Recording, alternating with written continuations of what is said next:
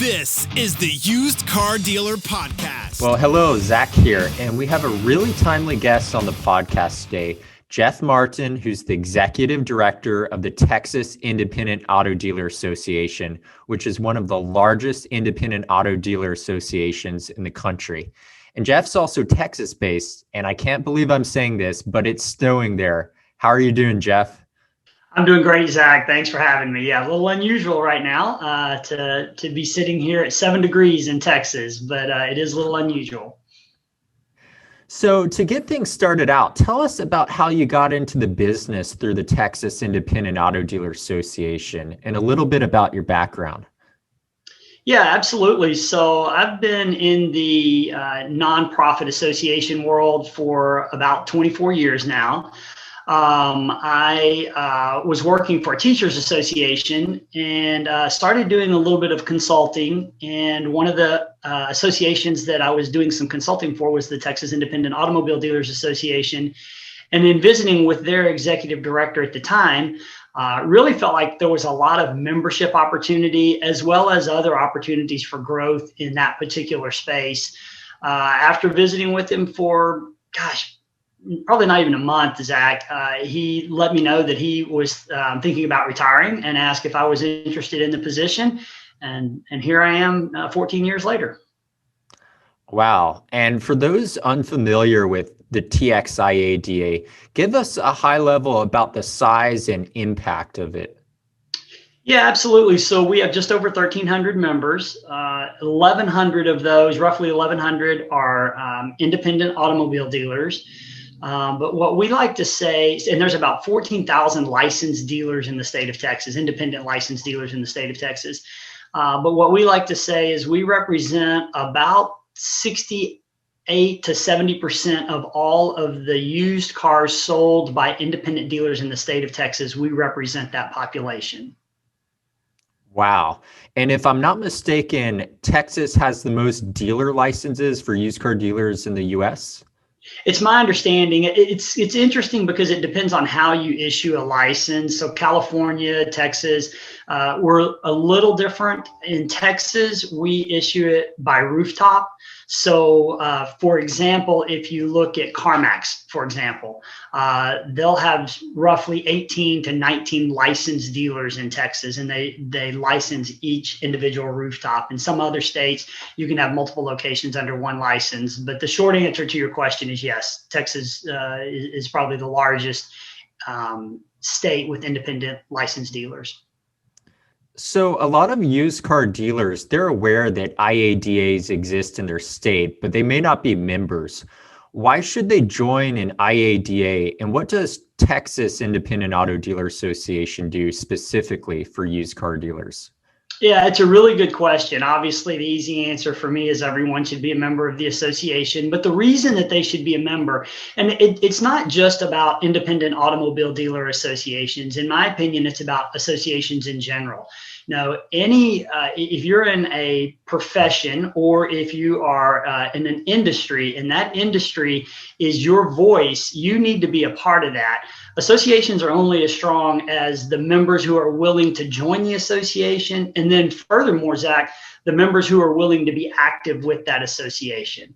You know, I don't own the association. None of our staff own the association. It's a member-owned, member-governed association. And so if, just in general terms, you think about the way governance works, a governing body is only going to be as strong as the people who are willing to be actively involved in that. So if you are an independent automobile dealer or you are in any, again, profession or industry, and you're not a part of that association, I always feel like you have a hard time sitting on the outside complaining about what the association is doing for you if you're not willing to be actively involved in it. So that's the short answer. Everyone should be involved because that's the voice of your industry. That's the group that's out there trying to protect your industry. And we can only be as good as the input that we're given. And so if you're not a member of the association, you're not participating in the committees, you're not participating in the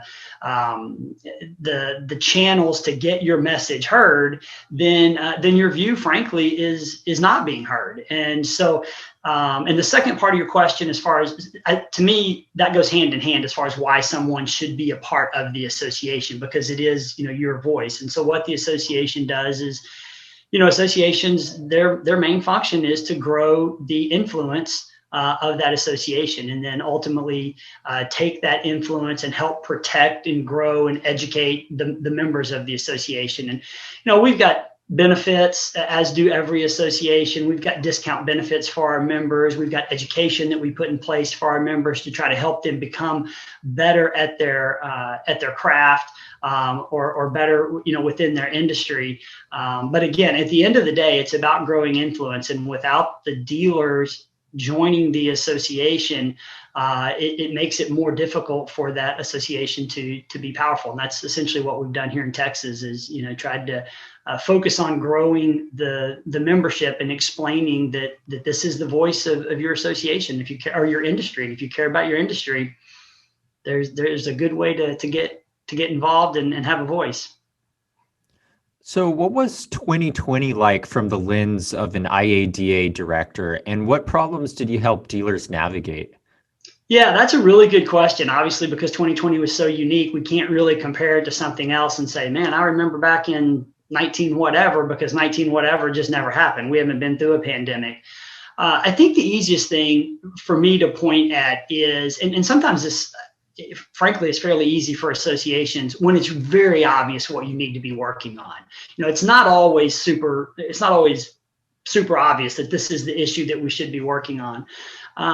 But the biggest question for us with all the local orders and the state orders, and I will say the national orders, even though there weren't really ever any national orders that were handed down, it was kind of left up to the states and for us, even the cities and the counties, and to kind of help our dealers navigate who could be open, who couldn't be open. If you were open, what were the what did you have to do to be compliant and be open?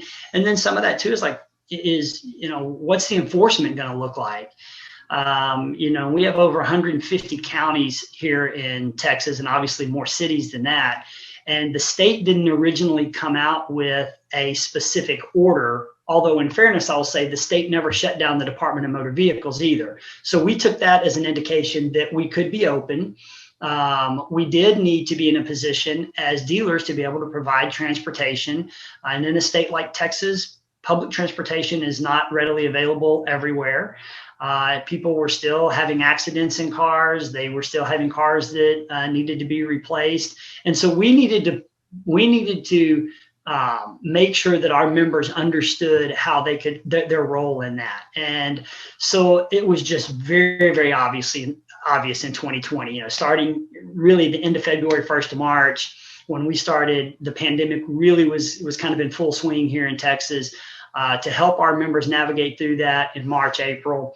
Then, you have issues like payroll protection program. How's that going to affect our members and their employees? As an employer, how's that going to affect you? But then also there's this new money that's going to be in the economy. And, how can our members make sure that again, they're providing transportation and working with their customers to make sure that the customers stay in their car, with customers who are losing jobs and waiting on some of that payroll protection money to be able to stay in their vehicles. And so those were the things that we focused on navigating. And I would say through the lens of an executive director, that was really our focus. How can we help our dealers stay open and stay productive? Some of the things like conferences and education.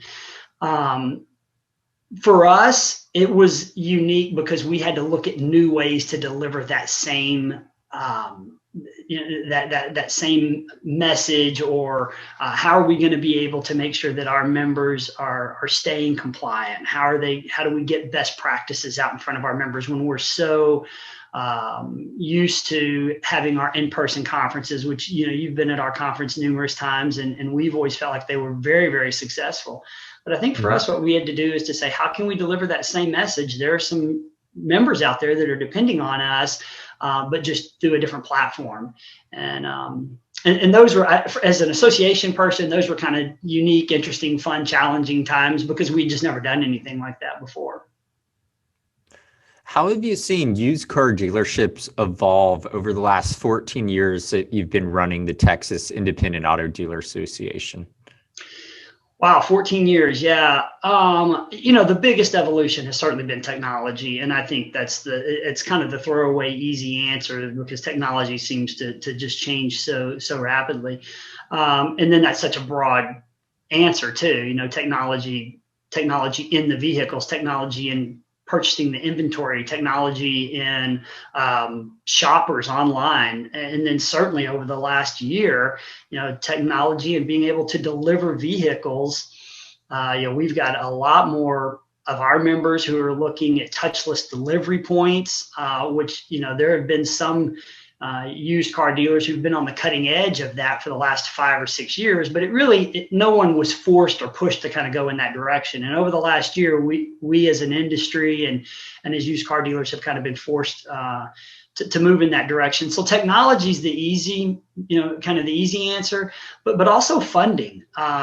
It felt like 14 years ago when I first started with the association, if you wanted to get into the used car business, because of the price of used cars and the availability of inventory, it was much easier for people to get into the business. And what I've really seen in the last 14 years, it's much more complicated. It's extremely expensive. And a lot of that expense has to do with the being able to find the inventory. I think that it's such an interesting business, Zach. I didn't grow up in the auto industry. And so this was new to me. But it's such an interesting industry when you don't make your own widgets. We're dependent as used car dealers for the widgets to fall to us. If we can have all the customers in the world, but if you don't have the cars to sell them, or you don't have the inventory to provide those customers what they need, you're in a really unique situation. It's not like, we make donuts and we can say, let's just get more flour. Let's just make more donuts because we have more customers. And that part, I don't know that there's other industries other than, if you're in the antique business or something like that, where you're dependent on your product to fall to you. And so I think with the new car dealers probably holding on to that inventory a little bit longer, it's created a real squeeze for the people that were in that business. And that squeeze, is affected by the people who have the money to be able to go out and buy that inventory that certainly has gone up over the last 14 years. So I would say, that the capital that it takes to get into the business, and a lot of that is driven kind of by the inventory or the supply chain, if you will.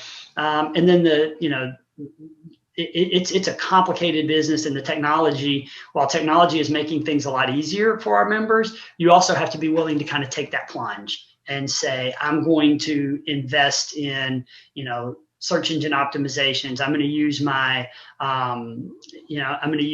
website differently than I used my website in the past. And you have to, because the shoppers are so different now than they used to be. And Zach, certainly you're an expert in that area. You know that better than I do, but that's the area that I've seen change the most over the last 14 years.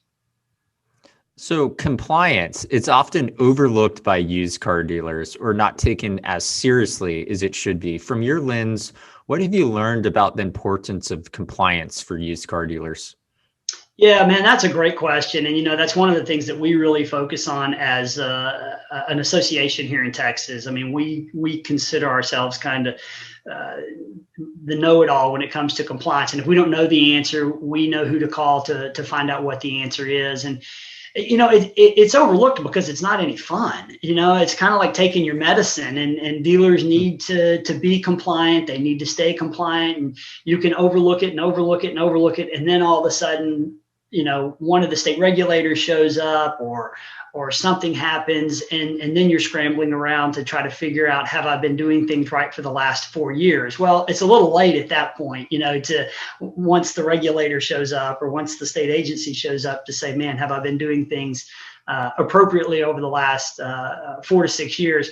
So it's something that you have to kind of stay focused on. And what I tell, our members is make sure that you have some mechanism in place to at least be reviewing that compliance policy or that compliance strategy. And there are a lot of new players that are kind of getting into that field to try to help dealers stay compliant because it is more confusing. And certainly at the national level, we've seen with, the CFPB, I guess they've been around for almost 7 years now. And certainly they carry a very big stick for auto dealers and auto lenders. And so I think that it's probably more important now because you see things at the federal level. Not that it wasn't important before, but it was probably a little bit more manageable. And I'll also say this when it comes to compliance. As long as we know the rules, our guys can stay compliant.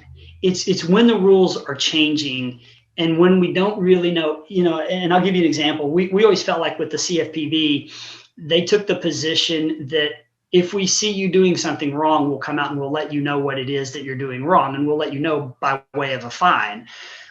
Man, that's hard to stay compliant that way. Now, CFPB has been around and it's a little bit more of a mature agency at this time. But if there are rules and regulations in place and we understand what those rules and regulations are, we can educate our members and our members will stay compliant. And look, rules and regulations are there for a reason. They're there because we want to create an even playing field and allow everyone to be successful, but make sure that everyone's kind of playing at the same level in this industry. And so when someone is not compliant and you have a number of other dealers who are compliant, well, those dealers, it's costing them money to stay compliant. And you have someone else who has opted to or doesn't know, or for whatever reason, they're not compliant. There probably needs to be some regulation in that particular area. But the key is we have to know what that regulation is. And I think that's where associations play a very important role. They have to be working with and visiting with and playing a major role as a stakeholder with the state agencies and with the national agencies, and continuing to make sure that we are being represented as an industry and explaining to them, as long as you tell us what the rules are. Certainly we want some input in what those rules are going to be too, but as long as you tell us what the rules are, we can be compliant. And I'll say we're very fortunate here in Texas. We have a great regulatory environment, and we're very active. The two agencies that regulate our guys for the most are the Texas Department of Motor Vehicles and the Office of Consumer Credit Commission. We've got very good relationships with both of those agencies. We're very active down at the Capitol here in Austin, and that's key to being a successful association. Now, the first part you asked me about was making sure that you're getting the input from the dealers. And then the second part of that is making sure that that input is being delivered to the state agencies and to the legislators or to the policymakers and rule makers to say, this is how, what you're talking about, this is how it would affect that industry. And as long as we're doing that, I think that you can create a really good environment, and regulation doesn't have to be that painful. But being actively involved in it is absolutely the key. And unfortunately, it gets overlooked sometimes because it's becoming more and more expensive. And again, the other part is it's no fun. People didn't get into this business to go, man, I really want to know everything I can about regulation. They got into this business to sell cars, and regulation is just a part of that. And what I often hear dealers say is that, oh, they're only going to go after the larger stores, the multi-rooftops. Do you see smaller stores getting fined, getting in trouble from a compliance standpoint? Yeah, I wouldn't say that there's any statistics on it. I mean, I'm sure there are statistics. I don't have the statistics. And so what you're hearing there is anecdotal information. Mm-hmm. And so if you go after a big store, and let's say that there's going to be like restitution ordered. Well, if you go after a large dealer and an agency orders restitution to consumers, well, the number is going to be significantly larger just because of the number of consumers. And if that exact same agency imposes some order of restitution on a smaller dealership, that might not make the headlines, but I'll tell you, it affects that small dealer, as a percentage of their overall revenue or income or their bottom line. It affects them significantly. It might not make the papers because, it may be $25,000 in restitution, where the exact same issue that a bigger dealer is it has an issue with, or they're required to pay restitution. If it's $3 million in restitution, I expect that newspapers and news media, it's a little more exciting to talk about $3 million in restitution than $2,500 or $10,000, but it affects that small dealer the same. And I think that as an association, we've got to do our part to make sure that we're looking out for the interest of both those parties. To shift gears for a moment, what are your thoughts on online dealers like Carvana or Vroom, which acquired Texas Direct? Yeah, absolutely. Both of those, by the way, are members of our association. And so I look at it like this. This industry and every industry, Zach, they're going to change. And we need to make sure that they have a place in our association. And as an industry, as those changes take place and as those changes happen, I think we need to make sure that as an association, we're a part of that. As I was mentioning earlier, talking with policymakers and talking with legislators when there's some, a lot of people like to say when there's disruption in the industry, and certainly you could say that's disruption. But when someone thinks outside the box at TIADA anyway, we welcome that innovation.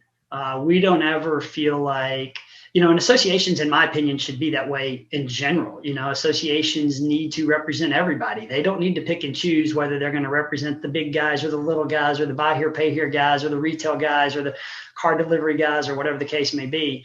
And part of that, Zach, is back to that level playing field that we were talking about earlier. Let's make sure that everybody's playing on a level playing field. And as long as that's the case, the thought of speaking from the perspective of the association is, we welcome those guys. And like I say, they're both members of TIADA. I know that may not be the case in every state, but we certainly welcome that. What are you optimistic about for 2021? Wow, 2021. Well, it was funny. The joke here in Texas right now is, as we're sitting under, a historic storm and cold snap, everybody is saying, man, you thought 2020 was bad. Everybody said 2021 was going to be a lot better. And it certainly doesn't feel better right now as half of our state is out of electricity. The main thing I'm optimistic about is trying to find ways to get back together. Associations it's imperative for associations to get together. This is great. And it's great seeing you here on this Zoom call and visiting with you. And I think that we're all trying to, find the best way for us to be able to make this work in the scenario that we're currently in or the situation we're currently in. But man, Zach, do I want to see you at our conference. I really want to physically see you and all the dealers, and you just get so much more out of our conference, our education. You're a professional when it comes to going to the events and speaking. And while your presentation is very important and people get a lot out of that, the number of people that come up to you after a presentation and want to have a one-on-one conversation, or they want to follow up with something that you said, and that's invaluable. And that's what I'm looking forward to the most. Now, your question was, what am I looking forward to and what am I optimistic about? Looking forward to it and being optimistic about it might not necessarily be the same thing. I am optimistic though, but I think it's mainly just because I'm kind of optimistic by nature. We are scheduled to have a live conference this year. I'm hoping and anticipating with the vaccine. I've also seen that our dealers are pretty they're pretty confident in going out. Their dealerships are open. They're operating. They have found ways to socially distance and to be effective during the pandemic. And I think it's imperative upon us as an association to have that same resilience and to find ways to be effective and to make it work. And we're doing that. We're looking at our expo. We're looking at our education. We've had two live or in-person board meetings. And some of that was for us to see, can we do the social distancing? Can we make this work and still keep confidence high, and make people feel comfortable coming to an event, knowing that we've got their best interest in mind as it related to health and any situation. We certainly wouldn't want to put anybody in a bad situation there. So, I mean, that's what I'm optimistic about, and certainly I'm very, very hopeful that that we're going to get to that point as well. Awesome. I'm looking forward to it as well. Hopefully coming out to Texas in person. And Jeff, it's been a fantastic conversation. Thank you so much for coming on the Used Car Dealer podcast. Same here, Zach. I appreciate it. And hey, thanks for what you're doing too. I think, finding mechanisms like this to get messages out to our members, to non-members, to auto dealers, it's unbelievably valuable. And so I know you're always on the cutting edge, and hats off to you for kind of helping lead the way there. I really appreciate it. And thank you for having me on. Thanks, Jeff.